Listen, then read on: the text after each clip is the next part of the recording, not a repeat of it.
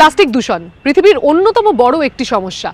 যুক্তরাজ্যের সাম্প্রতিককালের একটি গবেষণা বলছে মাত্র একবার ব্যবহার করা যায় এমন প্লাস্টিকের দূষণে ভারত পৃথিবীর শীর্ষে।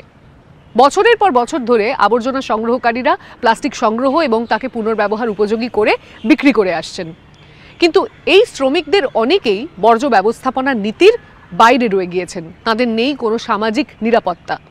এমন কোনো মডেল কি রয়েছে যা এই পরিস্থিতির বদল ঘটাতে পারে? ভারতের দ্রুত বর্ধনশীল শহরে মানুষের ভোগের পরিমাণ বাড়ছে। মুম্বাইয়ের মতো বড় শহরগুলোতে এর পার্শ্ব প্রতিক্রিয়া স্পষ্ট। বর্জ্য সংগ্রহকারী কবিতা খালি হাতেই আবর্জনা থেকে পুনর্ব্যবহার্য সামগ্রী খুঁজে বের করেন। बिस्लरी का बाटल है ना, तो वो जरा थोड़ा महंगा जाता है, সর্বোচ্চ 20 টাকায় বিক্রি হয়। 20 रुपए लेके जाता है वो, और वो काला प्लास्टिक का कम जाता है। बोतलेर समान दामे और ये बिक्री दूसरा कलर वाला रहता है ना, ऐसा सफेद वाला, वो भी प्लास्टिक के भाव में जाता है। किलो प्रति वो मात्र खाली 6 प्लास्टिक টাকা में आय হয়। चलता है ज्यादा, 6 रुपए किलो में जाता है काला प्लास्टिक। বিশ্বের অন্যতম বৃহৎ প্লাস্টিক দূষণকারী দেশ ভারতে প্রতি বছর প্রায় 1 কোটি টন প্লাস্টিক বর্জ্য উৎপন্ন হয়।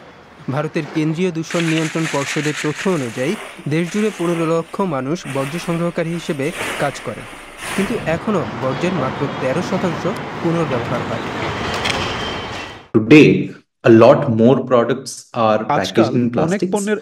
Moreover, a lot more products are packaged in materials, plastic materials, which are non-recyclable.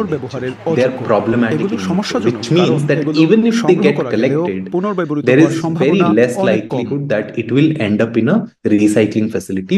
মুম্বাইয়ের অদূরে পুনেতে সোয়াচ নামের একটি কোঅপারেটিভের সাথে কাজ করেন এই বর্জ্য সংগ্রহকারীরা। বহু স্তরীয় সহ সব ধরনের প্লাস্টিকই তারা সংগ্রহ করে।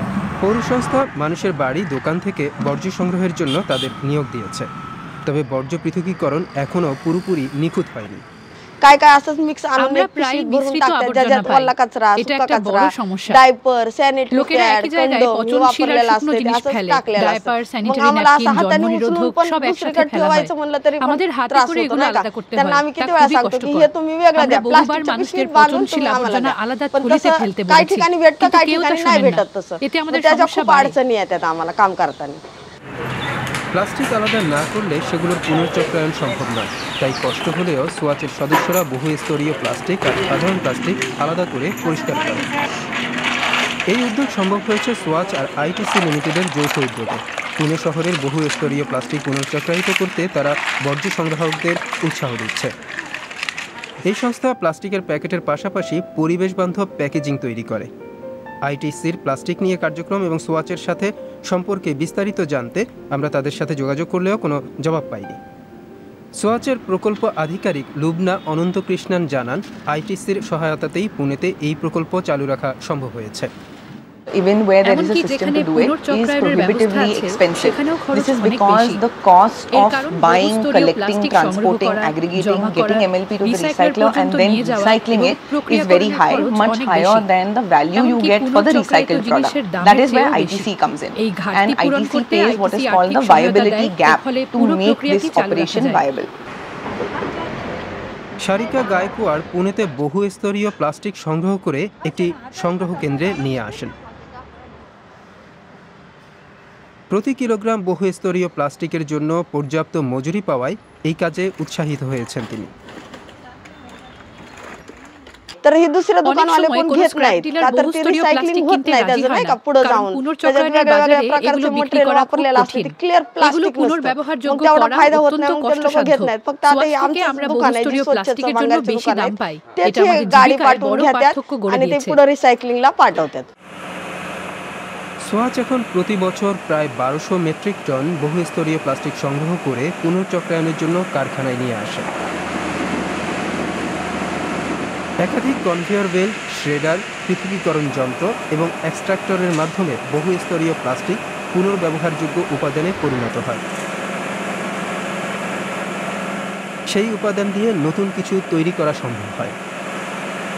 In one of our studies back in 2021, we found that it is actually the informal space that feeds the formal recycling value chain. The formal recycling value chain does not have the bandwidth to collect, to process, does not have the expertise in terms of identifying different kinds of items, and falls back on the expertise and the strength and the bandwidth of the informal sector in order to have access to these materials.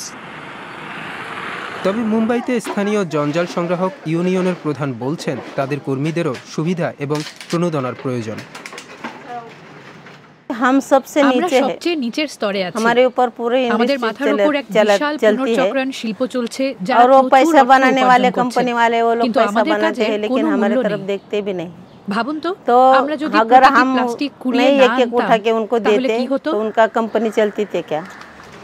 Bharat সরকারের plastic বর্জ্য ব্যবস্থাপনা নীতিতে আবর্জনা সংগ্রহকারীদের ভূমিকাকে সম্পূর্ণভাবে উপেক্ষা করা হয়েছে।